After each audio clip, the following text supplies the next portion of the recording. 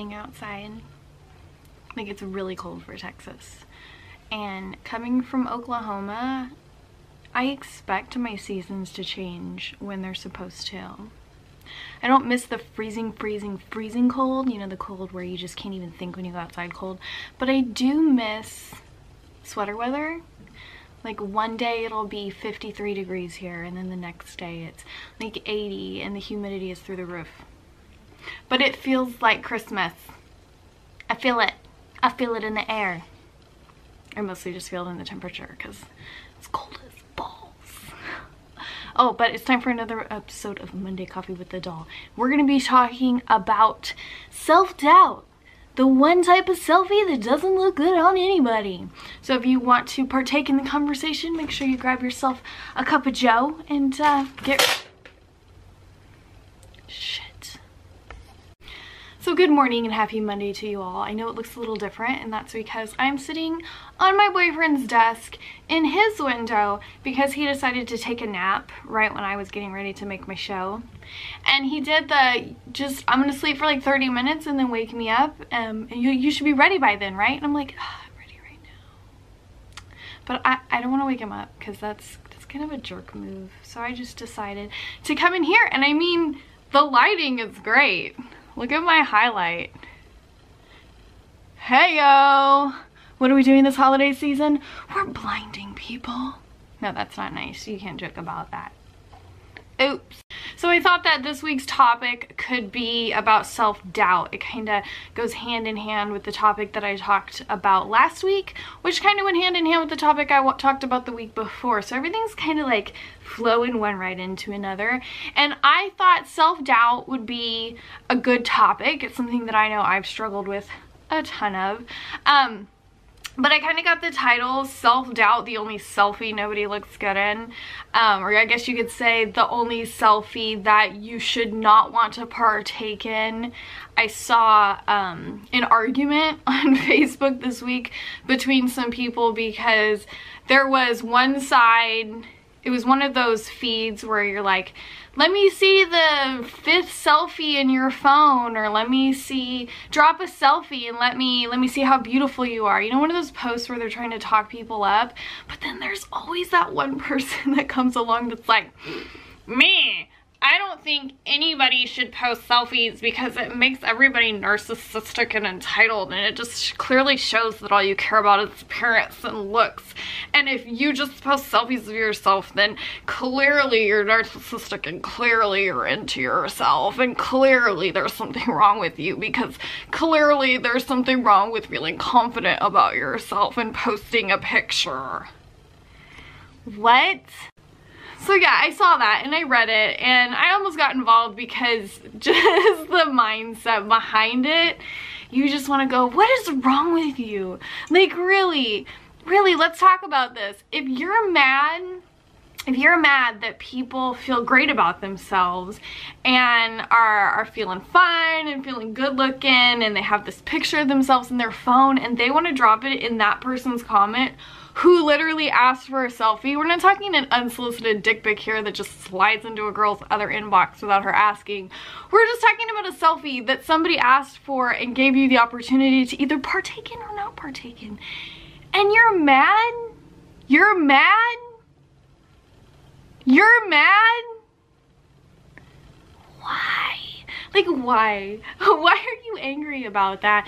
And I understand that we live in an age where people are really self-absorbed. They're really self-absorbed. All they care about is what they have, what they look like, if it's better than everybody else's. So I get it. I do. I understand that mindset. But that's not the mindset we're talking about here. We're literally talking about an action that somebody else told people they could take if they felt comfortable doing so. Hey, drop me a selfie and let's talk about each other's beautiful, like, unique things about their faces. Like, hey Susan, your eyes are stunning. I love that color and your eyelashes are huge.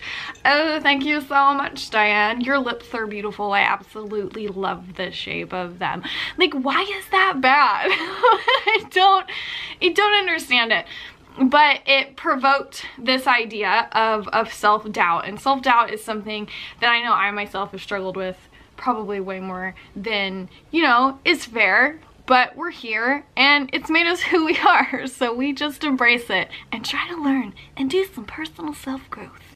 My biggest problem with self-doubt is probably the fact that I am huge in just automatically writing myself off if it's something I haven't done before, because my anxiety immediately goes, nope, nope, you can't do that, you've never done it before, so clearly you're not going to be able to, because you've never done it before, so you're never ever going to be able to do it. You should just stop now.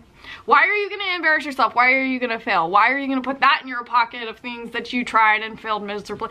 Like, immediately my brain just goes into this negative, nagging, anxiety-filled ball that's just going nuts, trying to get me to possibly miss a really great opportunity in my life. One of the things that I can use as an example of that is when my boss at Ulta, him and I worked together at Ulta, and then we both went our separate ways. And then when I was working at Hot Topic, he called me and he was like, hey Emily, I'm opening up an Indian motorcycle dealership and I really need somebody to be my right hand man, girl, person, whatever.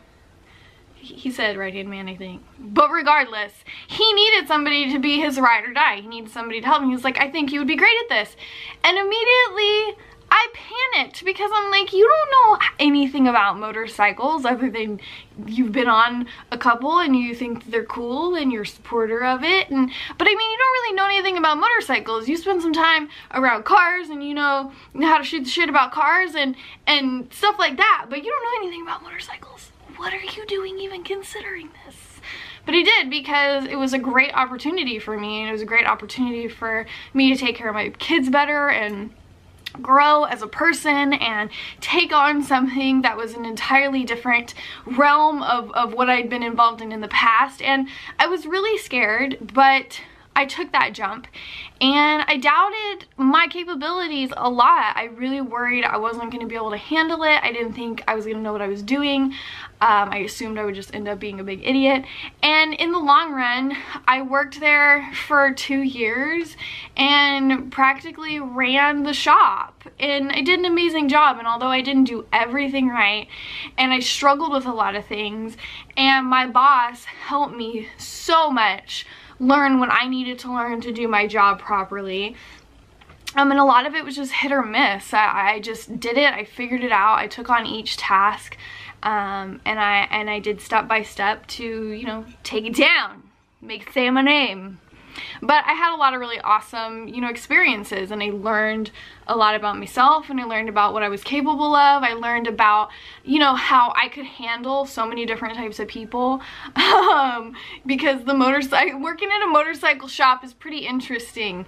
It's it's pretty much just like working at the Bare Minerals counter at Ulta, to tell you the truth. You have a lot of different personalities. You got the women that come in and are like, I love Bare Minerals and it's the only thing that I can wear, and nothing else covers or works as amazing on my skin, and if you don't use it, then you don't know anything about makeup and you need to change right now. Everybody should use Bare Minerals.